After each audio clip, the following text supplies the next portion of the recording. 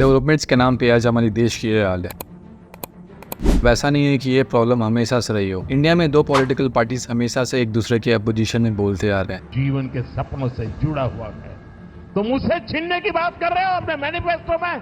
मैं आज इस वीडियो में आपको कांग्रेस और बीजेपी दोनों के डेवलपमेंट्स के बारे में डिटेल में बताऊंगा। साल 1990 से पहले तक हमारे जीडीपी ग्रोथ रेट 5.7% थी, जिससे इंडिया में काफी बदलाव आने लगते हैं। लेकिन साल 1990 के बाद इंडिया को काफी एक्सटर्नल शॉक्स लगने लगते हैं, जैसे कि ईरान कुवैत का वार हो जाता है, सोवियत यूनियन का बंटवारा हो जाता है, जिसकी वजह से हमारे देश की जो करंट अकाउंट डिफिसिट थी वो और ज्यादा बढ़ना शुरू हो जाता है। और तीसरी और मेजर प्रॉब्लम, हमारी गवर्नमेंट वो काफी अनसस्टेनेबल स्पेंडिंग कर रही थी, जिसकी वजह से बैलेंस ऑफ पेमेंट का क्राइसिस आ जाता है। 1991 में हमारे फाइनेंस मिनिस्टर ये प्रॉब्लम को ठीक करने के लिए बहुत सारे चेंजेस करती है और नए इकोनॉमिक रिफॉर्म्स लाती है। जैसे जितने भी स्टेट ओन इंटरप्राइजेस है उसे प्राइवेटाइज किया जाता है, और जितने भी फॉरेन कंपनीज है उन सभी को परमिशन मिल जाती है कि वो अब इंडिया में अपना बिजनेस शुरू या एस्टैब्लिश कर सकते हैं, जिससे इंडियन इकोनॉमी को काफी हेल्प मिलना शुरू हो जाता है और इंडिया का एम्प्लॉयमेंट रेट भी धीरे धीरे बढ़ना शुरू हो जाता है। अर्ली 2000 में इंडिया में मेजर 3 चेंजेस पे फोकस किया गया जो आगे इंडिया को बदल सकता था। सबसे पहले सर्व शिक्षा अभियान, जो कहता है कि हमारे देश में हर एक बच्चे को एजुकेशन दी जानी चाहिए। दूसरी चीज जो करी गई वो था नेशनल रूरल एम्प्लॉयमेंट स्कीम। ये फोकस करता था कि जितने भी रूरल एरियाज में लोग रहते हैं उनको काम मिलना शुरू हो जाए। 2014 के बाद चेंजेस के लिए हम दोनों गवर्नमेंट को कुछ सर्कमस्टांसेस के ऊपर कंपेयर करेंगे, जिसमें सबसे पहले आता है जीडीपी। मार्च 2023 तक हमारे देश की जीडीपी 159 लाख करोड़ थी, वहीं कांग्रेस के टाइम पर हमारी जीडीपी 98 लाख करोड़ थी। और अगर ग्रोथ रेट की बात करें तो मोदी गवर्नमेंट के अंदर हमारी जीडीपी 63% से ग्रो कर रही थी। वहीं 2005 से लेकर 2014 तक हमारी जीडीपी ग्रोथ रेट वो था 97%। अगर हम सीपीआई इन्फ्लेशन रेट यानी कि कंज्यूमर प्राइस इंडेक्स की बात करें तो मोदी गवर्नमेंट ने काफी अच्छा काम किया है, क्योंकि मोदी गवर्नमेंट के टाइम पे इन्फ्लेशन रेट था 5.1%। इसके अलावा मनमोहन सिंह के टाइम पे इन्फ्लेशन रेट था वो था 8.1%। इसके अलावा फॉरेन रिजर्व में भी मोदी गवर्नमेंट ने काफी अच्छा काम किया, क्योंकि जहां मई 2014 में फॉरेन रिजर्व था वो था $313 बिलियन,